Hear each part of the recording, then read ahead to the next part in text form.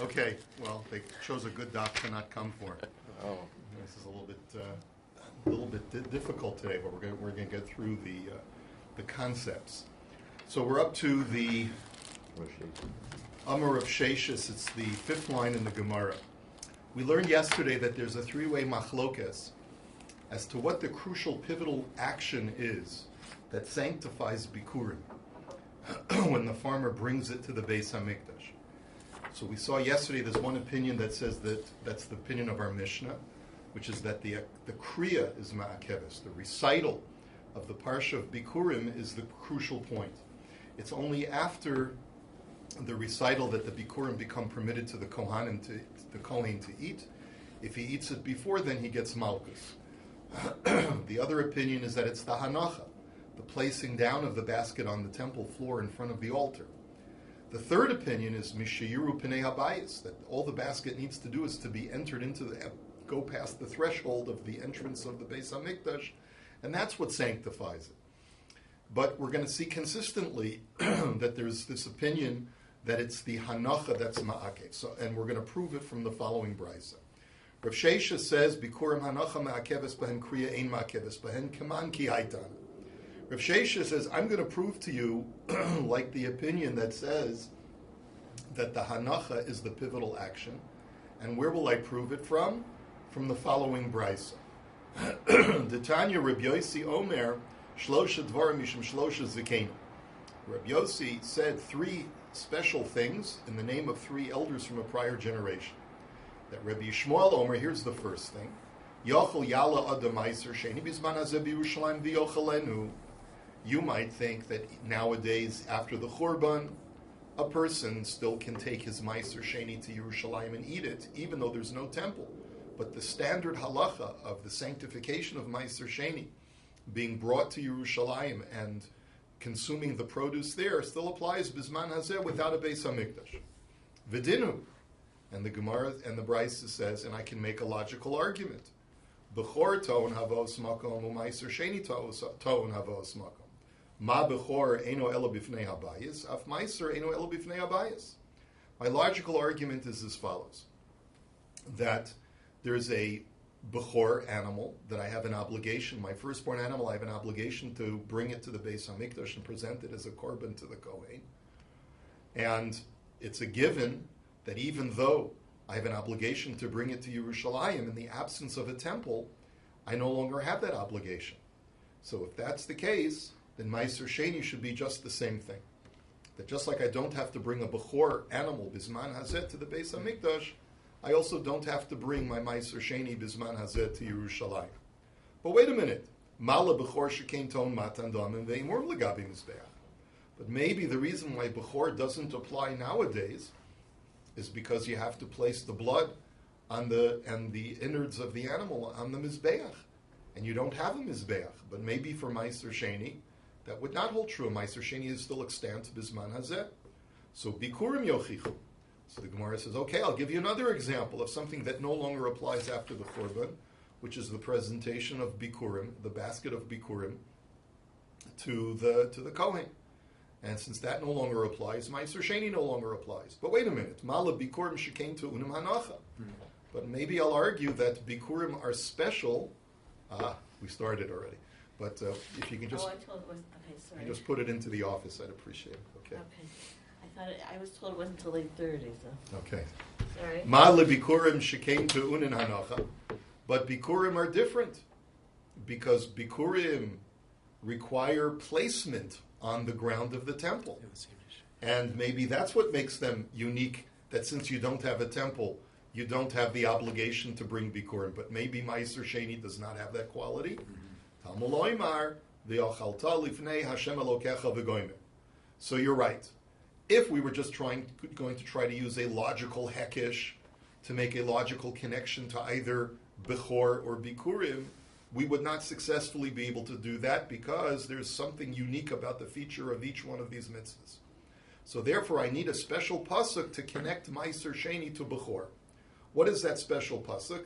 We only see the first part of the pasuk in the Gemara. The full pasuk says, "Ve'achalta lifnei Hashem Elokecha b'makom asher yivchar l'shakein shemo sham." That you shall eat your holy foods in front of Hashem your God. Masar deganecha tiroshecha v'yitzarecha u'v'charos b'karcha v'tzonecha. That what shall you consume?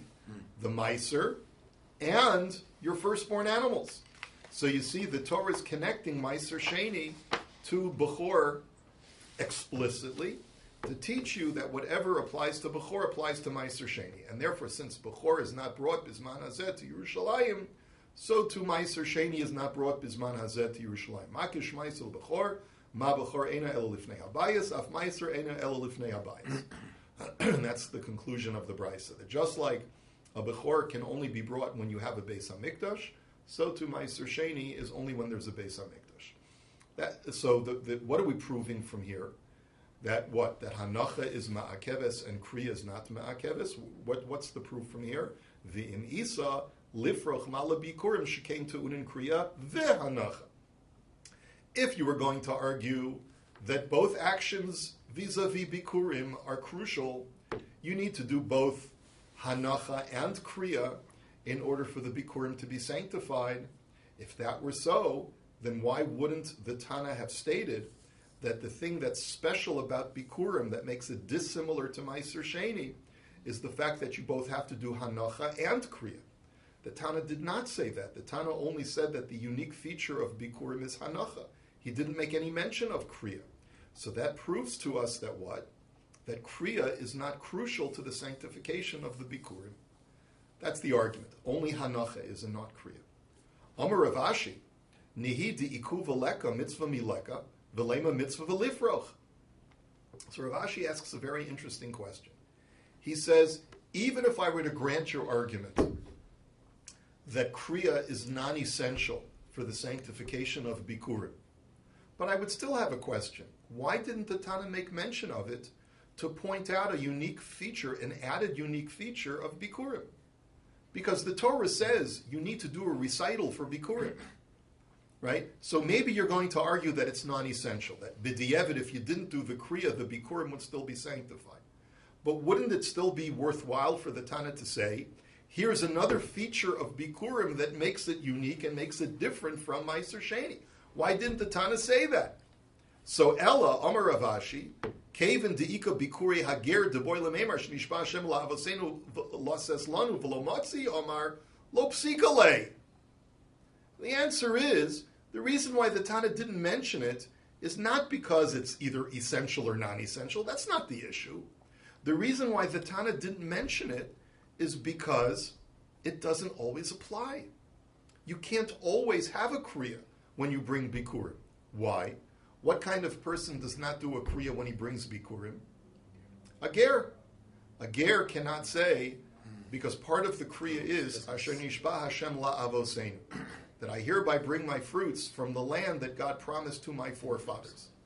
And since you can't say our forefathers if you're a ger, because you're not actually biologically descended from Avraham, Yitzchak, and Yaakov, so you don't do the kriya. So you can't really prove, says Rav Ashi from this brisa, whether kriya is essential or non-essential. The reason why the Tana didn't mention it is not because of its essential, non-essential nature, but rather because it's not always applicable. It's an interesting point, though. Many times we argue that a ger is, his neshama was at Har Sinai, and it's as if he's descended from Avraham, Yitzchak, and Yaakov.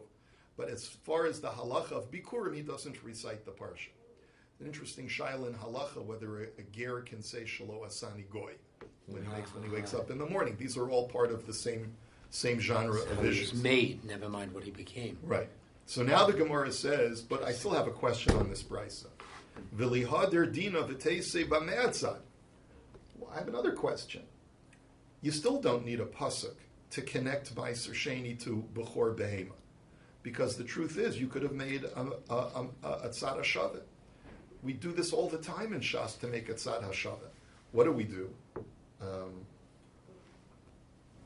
Okay, I'll take care of that later. What is a tzad hashaveh?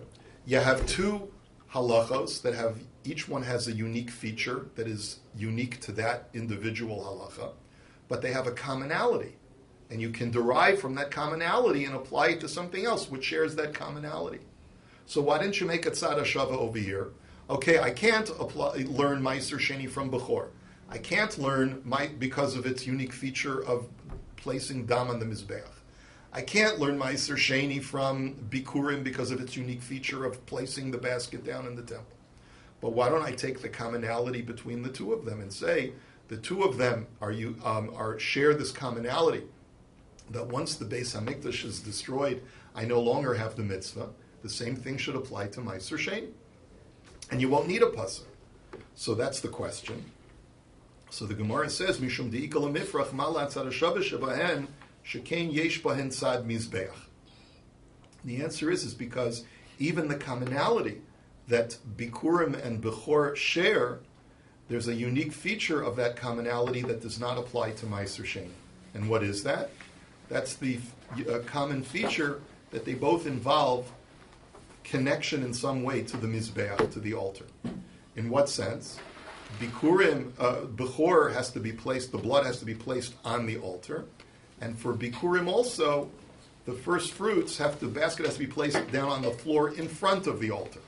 Whereas Meiser Sheni only has to be brought into Yerushalayim. You could eat Meiser Sheni on Rehov Melech George for all we care. It doesn't have to have anything to do with the Temple Mount. So therefore, maybe that's the argument, and that's why you need a pasuk, because without the pasuk, you would not connect Meiser Sheni even with a tzad hashavah. So now the Gemara asks another question. Umay kasavar. I kasavar kedusha rishona kitshel l'shaita v'kitshel la'asid lavo afilu b'chor nami. So the question is like this. We really don't understand the premise that the Tana that we just quoted is working with.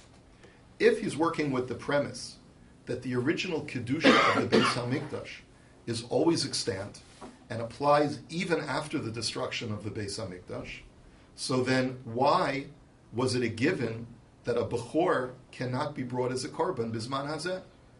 Rashi cites a Gemara in Megillah that says that if you hold that the original Kedusha of the Beis HaMikdash halachically maintains even after its destruction, you can continue bringing Korbanos even Bizman Hazeh on the Temple Mount, assuming that you alleviate the Tumah factors and all the other things, right?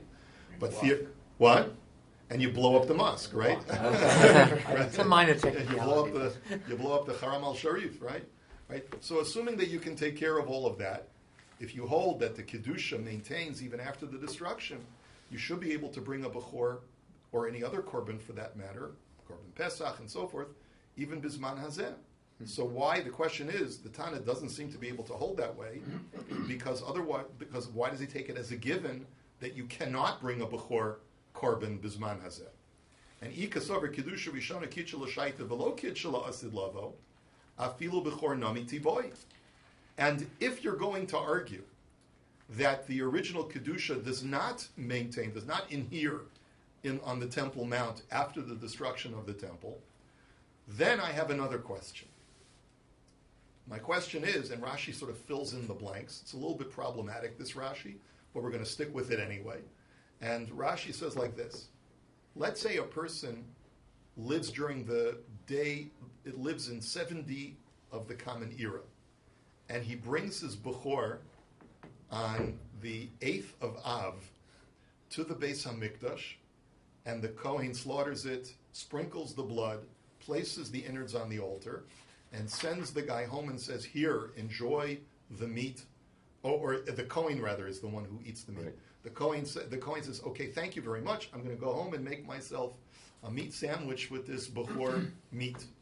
All of a sudden, the walls of the temple come tumbling down. Rome destroys the temple, and I'm left with this meat.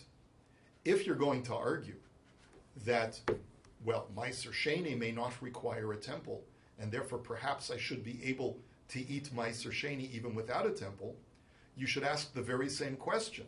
Assuming that I sprinkled the blood of the Bechor Behema on the Mizbeach, if I wanted to sit down and eat the meat the day after Tisha B'Av, after the destruction of the temple in 70 of the Common Era, would I be allowed to do so? That's really, you should have that question as well. Why didn't the Tana even ask that? Bother asking that as a shayla.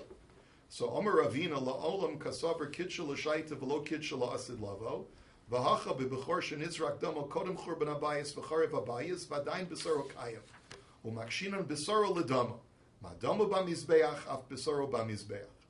So, Ravina Basically, Rashi was foreshadowing Ravina's statement. Ravina says that's exactly what we're dealing with over here. You're right. We're dealing with a situation where the Bechor's blood was sprinkled on the Mizbeach in the year 70, and then the Rome destroys the temple, and the Kohen is left with the meat, and he wants to be able to eat the meat. Why is it a given that you cannot eat the meat, whereas by Meiser Sheni it's a Shaila? The answer is because, granted, both of them, you still have this quandary as to, since you don't need the temple technically, can you still eat them Bisman Hazeh? Or do you still have to eat them in Yerushalayim? Do they still have the Kedusha Bisman Hazeh? The issue, nevertheless, is, Bechor, it's obvious that you cannot eat the meat, because the meat is connected to the blood. Since the Torah looks at this animal as one unit, its blood and its meat are connected to each other, and since if the blood were still here, you could not sprinkle it on the altar because the altar is no longer in existence, you cannot consume the meat. And therefore, that's why the Brisa assumes as a given that the meat cannot be eaten Bisman Hazeh after the destruction of the temple. But our Shaila is, by Meiser Sheni, since there was never any connection to anything sacrificial, in the absence of the temple, could you eat it, or does it have its sanctity of being eaten in Yerushalayim Bisman Hazeh or not? And then, Umakish Meiser lo Bechor, and therefore Scripture connects Meiser Sheni to Bechor. That just like a Bechor, even though you've sprinkled its blood on the Mizbeach, but in the absence of a temple you cannot eat it, so too, Meiser Sheni, you cannot eat it, Bisman Hazeh, even if you bring it to Yerushalayim. So now the Gemara asks a question, V'chidover halomid behekesh chozer malamed behekesh, question mark? There's a lot you have to fill in over here. This is a very, very complex question, but it's very, very tersely written. God willing, we're going to get to Maseches Zvachim within the next several months, and it's a scary prospect, because once we start learning Kodshim, it's like a whole new realm of Talmud-Torah. One of the unique features of Kodshim is that even the hermeneutic principles that we apply to learning halacha in the rest of the Torah do not exactly apply to Kodshim. There are special rules of how to derive halacha from Sukkim when it comes to Kodshim. One of the unique features of Kodshim is that normally we apply what's called the transitive property to deriving halacha. So for example, if I have halacha A in the Torah, and I have a connection to halacha B, either from a word or they're written next to each other, then I can take, and then I have a halacha C, and B is connected to C. So if A is connected to B and B is connected to C, I automatically say that the halachas of A are connected to halachas of C. Without any direct connection. Without any direct connection. That's what I say in Kol HaTorah Kula and all other aspects of Torah halacha. But when it comes to Kodshim, I do not apply the transitive property. And just because I have something that is in A does not mean that I can apply it to C. So that's the Gemara's question. A over here, in our case over here, is the blood. Blood requires that anytime you need to have blood in the service, you need to have an altar. If you don't have an altar, you can't do the service. So we wanted to connect that to the eating of the meat of the Bechor animal. Since you can't do the sprinkling of the blood in the absence of the temple, you cannot eat the meat in the absence of the temple, even if it was just destroyed yesterday. And we therefore take that principle and we say, since you cannot eat the meat, the Torah connects the meat to Meiser Sheni, and therefore, even though Meiser Sheni doesn't require a temple, but since it's connected to the meat, you cannot eat Meiser Sheni Bisman Hazeh either in Yerushalayim. So the Gemara is saying, but you're using the transitive property, and you're dealing with Kodshim. So how does that work? You're not allowed to do that. You've just violated the rules of hermeneutics of Kodshim. So the Gemara answers, Meiser Dagan Chulin Hu. Meiser Dagan Chulin Hu. The Gemara answers, but this Tana holds that Meiser Sheni is not Kodshim. Meiser Sheni is Chulin. And therefore you could use the transitive property to apply halacha to Meiser Sheni. But wait a minute. Hanicha lamanda omer basar lamed azlina. Lamanda omer basar malamed azlina ma'ika lamemar. This is like classic logic, classic medieval logic. So the Gemara says, but that's only fair to use that hermeneutic principle of transitive property, because Meiser Sheni is Chulin, if you say that as long as the C in the transitive model is Chulin, then you can apply. That's the Lamed, the thing that is being applied to. But what if you hold that anytime you're dealing with kachim, if the B in the transitive model is kachim, then even if the C is chulin, you cannot apply the transitive property. Yeah, because one piece of it. The component that is applying from B to C, if B of that model is kachim, which it is in the case of the meat of the Bechor korban, so then you can't use the transitive property. There is such an opinion in Zvachim that says that. So what are you going to do according to that opinion? So the Gemara answers, Damu basar chada milsei. The answer is that really, according to that Manda Amar, we're not using transitive properties at all. Because that opinion would say the blood and the meat are not being, the laws of the blood is not being applied to the laws of the meat because of some kind of connection of A to B. They're not considered to be A and B. They're considered to be one unit. And essentially what the Torah is saying is that whatever applies to the blood applies to the meat because it's from one animal. And that's the reason why if the blood can no longer be sprinkled, the meat can no longer be eaten. Not because of any logical connection of connecting A to B, but rather it's one unit, it's A. And therefore Meiser Sheni is B, and we're just applying A to B. That just like all of the components of a Bechor animal cannot be serviced after the destruction of the temple, Meiser Sheni laws cannot be serviced after the destruction of the temple. So there's no transitive problem. Let us go. So again, this is very abstract, right? There's only two parts to this. There's only two parts, right? Kodshe kodshim v'chulei. We go back to the Mishnah. The Mishnah had said that kodshe kodshim, a higher level form of kodshim, certain karbanos like chatas and asha, if you eat them outside the temple, you get malchus. And kodshim kalim, lower forms of sanctified karban stuff, like shlamim and other karbanos like that, if you eat them outside of Yerushalayim, you get malchus, but you can eat them outside the temple as long as you stay in Yerushalayim. And then it said, and Meiser Sheni is the same way. If you eat Meiser Sheni outside of Yerushalayim, you get malchus. So the Gemara's first question is, Tanina Chada Zimna, Meiser Sheni v'hektar shelo nifter. There seems to be redundancy in the Mishnah. The first Mishnah of our Perek had said that if you have Meiser Sheni that has not been redeemed, then you get malchus for it. Isn't that saying the same thing as our Mishnah, that if you have Meiser Sheni that you eat outside of Yerushalayim, that you get malchus? Isn't that the same thing? So Rabbi Yossi Bar Chanina, no. Sefer b'Meiser Sheni tahor v'gavra tahor udeka achel chutz l'chayma. Reisha b'Meiser Sheni tami v'gavra tami v'ka achelei b'Yerushalayim. So the Gemara says we're talking about two malchus violations vis-a-vis Meiser Sheni.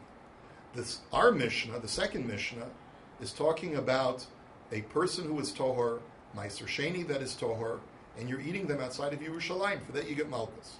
The first Mishnah in our Perek, which talked about Meiser Sheni, is talking about Meiser Sheni that either the Meiser Sheni became tamei, or the person eating the Meiser Sheni is tamei.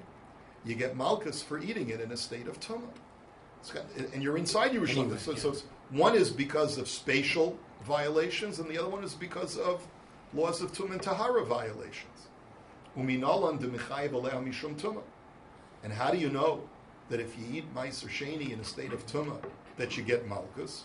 The Tanya, Reb Shimon Omer, lo bi'arti mimenu bitame, because we have a brisa that states as follows. Reb Shimon says that when a person makes his once every 3-year confessional, it's called vidoi meiser. He comes to the temple and he says, I hereby declare that I did not dispose of any of my tithes in a state of tumah. So, bein shani tamei v'hu tahor, bein shani tahor v'hu tamei. That I did not deal with the tithes and give them away to the recipient when the tithe itself is tamei, or when I was in a state of tumah. V'heichan muzar al achila. And where do we know that there's a prohibition of eating in a state of tumah? So that's the Bryce's question. Eini Yodea, the Bryce says, I don't know. Where does it come from? All of a sudden, the Gemara jumps in here. Rashi says that there's an abrupt interruption here from the speaker in the Gemara.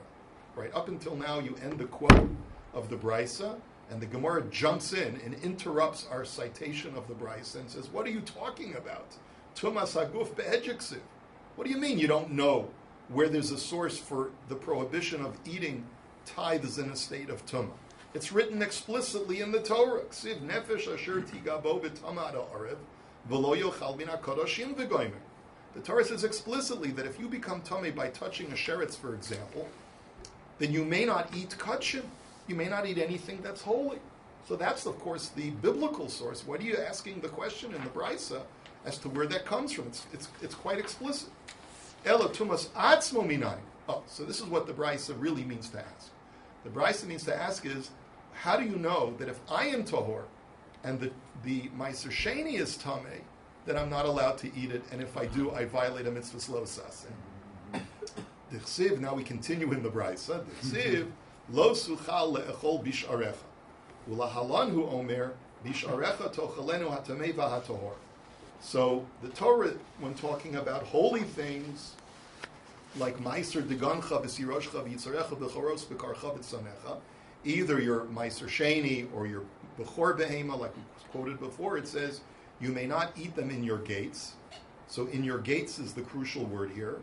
And afterwards it says, Bish'arecha tochalen. Here we're talking about, in this later pasuk, we're talking about a korban bechor, where the bechor developed a mum. So the halacha is, when a bechor develops a mum, you give it to the kohen, but it doesn't have to be brought as a korban, and the kohen can eat it wherever he wants. He can eat it in Haifa if he wants to. That's what the words Bish'arecha tochlenu means. And it says, Hatamei v'hatohor yachdav katzevi v'cha'ayol, that both a pure person and an impure person can eat it together. So, B'tanya devei Rabbi Yishmael, afilu tamei v'tor ochlin b'kara echas ve'ein chosheshin. This the language of the pasuk teaches me that even if someone's tamei and someone's Torah, they're sitting right next to each other and they're sharing a meal from the same plate, then they can eat the bechor that developed a mum. They can eat that animal because it doesn't have any kedusha anymore. They can eat it together from the same plate. What does that mean? It means the person who's tohar will invariably be eating a piece of that meat, which has become tameh. Because when the person who's tameh touches it, he renders it tameh. And when I'm tohar and I pick up that piece of meat and I ingest it, I'm eating something that's tameh. The Torah says no problem, because it's non-kadosh, and you're allowed to do that.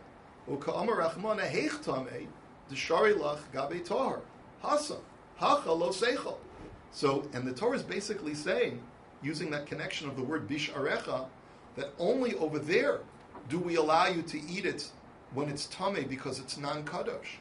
But in cases where you have to eat it within, you cannot eat it within your gates because it has kedusha, like Meiser Sheni, you may not eat it in a state of tumah. And that's basically the source text for teaching me that even though I am tahor, if the Meiser Sheni is tameh, I'm not allowed to eat it. And that's what the first mission our parak was discussing. And if I do eat it, I get malchus. Okay, uminolan debar pediyahu. But remember, what was the language in the first mission? It says Meiser Sheni shalo nifta, that it's Meiser Sheni that was not redeemed. We're not saying that it was not redeemed outside of Yerushalayim. We're saying that you're inside Yerushalayim now, and you're not allowed to eat it because it's tameh. But it says why? Because it was not nifta. It was not redeemed. That implies that I have the ability to redeem it even though I'm inside Yerushalayim. That's a big chiddush. Because why? Because normally we know when we're dealing with Meiser Sheni that's tahor, you may only redeem it unto coinage if you're outside Yerushalayim. But once it's been brought into Yerushalayim, it's no longer subject to redemption. But that's only true when it's tahor. But when Meiser Sheni produce is tameh, then even if it's inside Yerushalayim, you're allowed to redeem it. That's what the Mishnah seems to be saying. How do I know that? Where do I know that from? How do you know that you can be poda Meiser Sheni produce even in Yerushalayim if it's tameh? Tamulomar kilo suchal se'eso ve'ein se'es ela achila. So the Torah says that when are you allowed to redeem Meiser Sheni? When you're not able to bring it. When you're not able to bring it. That's what the word se'es means. But se'es is an ambiguous verb, and it could also be translated as eat it. So you're not able to eat it, and therefore you may redeem it. Shenemar vayisam asos me'es panav. How do we know that the word se'eso means to eat? Because that's the same verb that's used in the context of Yosef providing his brothers with food parcels in Parshas Miketz, if I'm not mistaken, where it says that Yosef gave his brothers food parcels, and he gave Binyamin 5 times what he gave the other brothers. So you see, therefore, from this pasuk of Kilo Suchal Se'eso, that as long as you're not able to eat the Meiser Sheni, you're allowed to redeem it, even though you're inside Yerushalayim. Amar of Bibi, Amar of Asi, Minayin l'Meiser Sheni Tor Shepodin Oso Afilu B'Pesiya Echas Chutz L'Choma. Now we have a related issue, which you'll see the connection in just a minute. Rav Bibi asks, how do you know that redemption of Meiser Sheni is possible even if you're just one step outside of the walls of Yerushalayim? Now the reality is that the Torah says, Ki yirchak mimcha hamakom. If the place of Yerushalayim is too distant for you, leniency is because it's a shlep. so then it's a shlep, so then you're allowed to redeem it. So you might think that if I'm just one step away from Yerushalayim, I don't have an opportunity to be poda anymore. So how do you know that that's not the case? Shenemar kilo suchal se'esa. Because the Torah says that no, if you're not able to immediately bring it into Yerushalayim because you're outside, even if you're one step outside, the halacha is you're allowed to redeem it. That's how we read the pasuk. So the Gemara says, now wait a minute.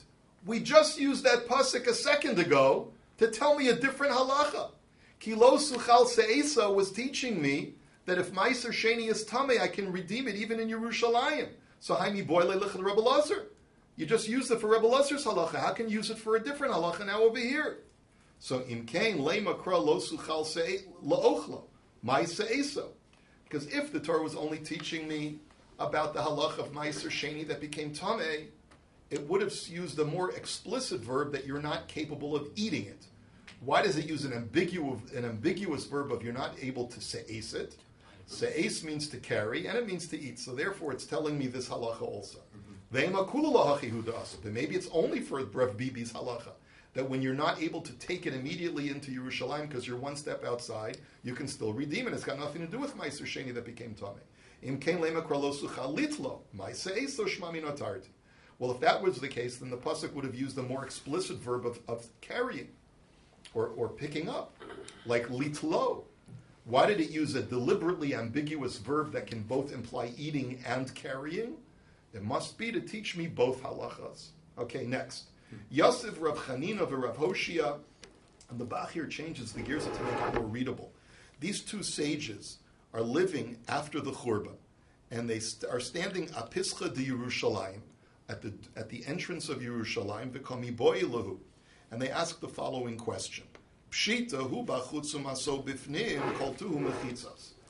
Just imagine a guy is wearing a backpack. Okay, a really big backpack, and it's got all of his Meiser Sheni produce.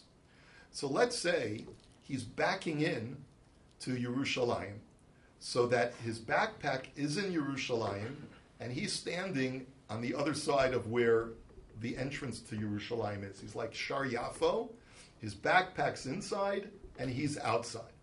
So it would seem fairly obvious that once Meiser Sheni produce has entered into Yerushalayim, it's no longer subject to redemption. That seems fairly obvious, regardless of whether the owner is present in Yerushalayim or not.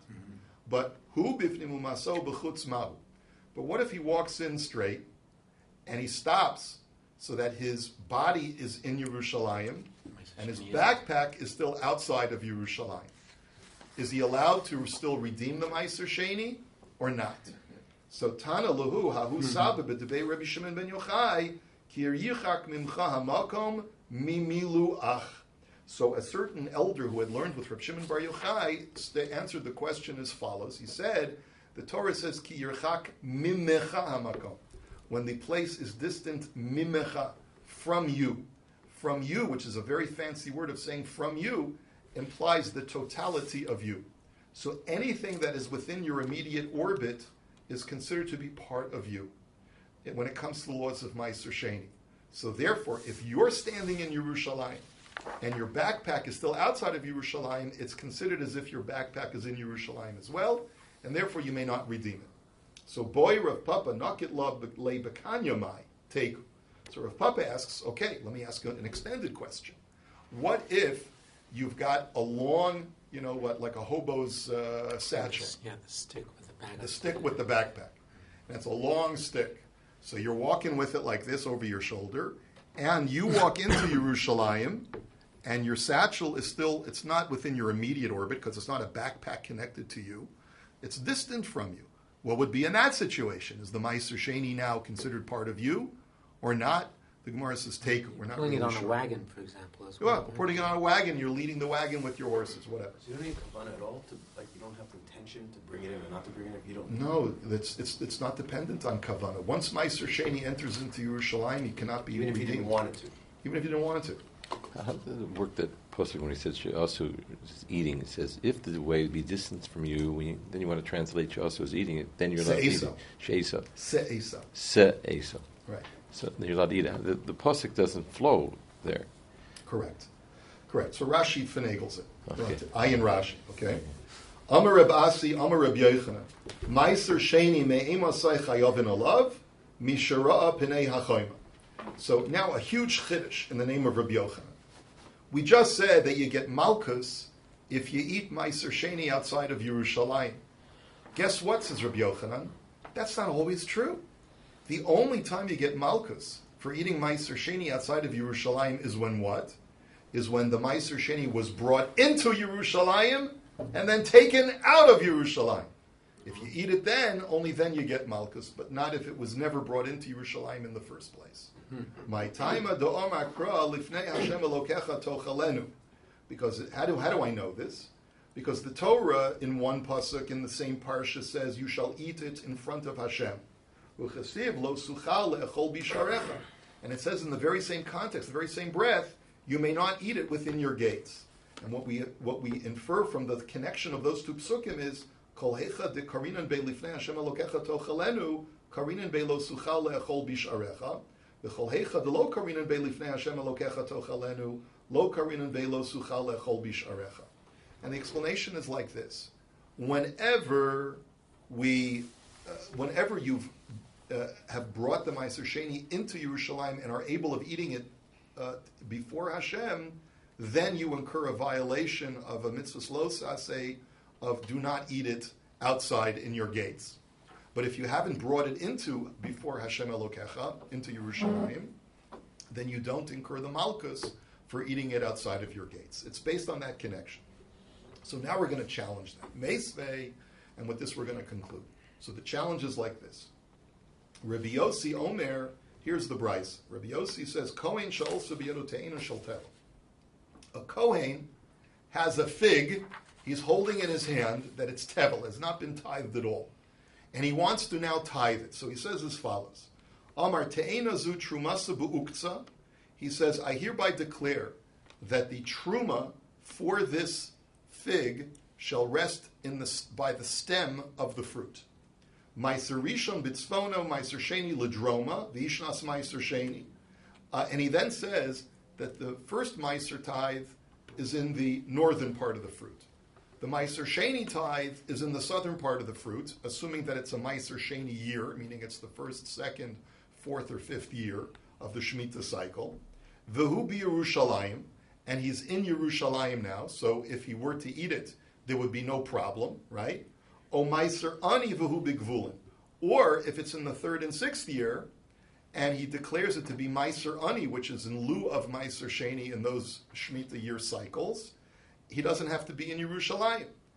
And achla, so you would think that he's done everything right, correct? And therefore if he eats it, he shouldn't get malchus. No, he still made one blunder. And therefore if he eats it, loike. Echas, he gets malchus once. V'zar she'achla loike shtayim. And if he's a non-Kohen, he gets malchus twice. So what did he do wrong?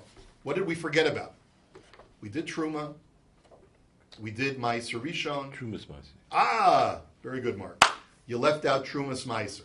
When you declare something to be Meiser, what does the Levi have to do after he receives the Meiser? 10%. He has to take 10% of that and give it to a Kohen. So I declared 10% of this fruit to be Meiser, but I neglected to say that 10% of that 10% is Trumas Meiser. Now, if I had done that as a Kohen, if I eat it, it's fine, because I'm a Kohen, I'm allowed to eat it. But because I neglected to do that, and I eat Meiser without tithing Trumas Meiser, I'm still eating Tevel. And for eating tevel, the penalty is malchus. And if I'm a non-Kohen and I eat it in the way after we just described, I get malchus twice. Once for eating tevel, because there's no trumas meiser, and once for eating truma, because I'm a non-Kohen.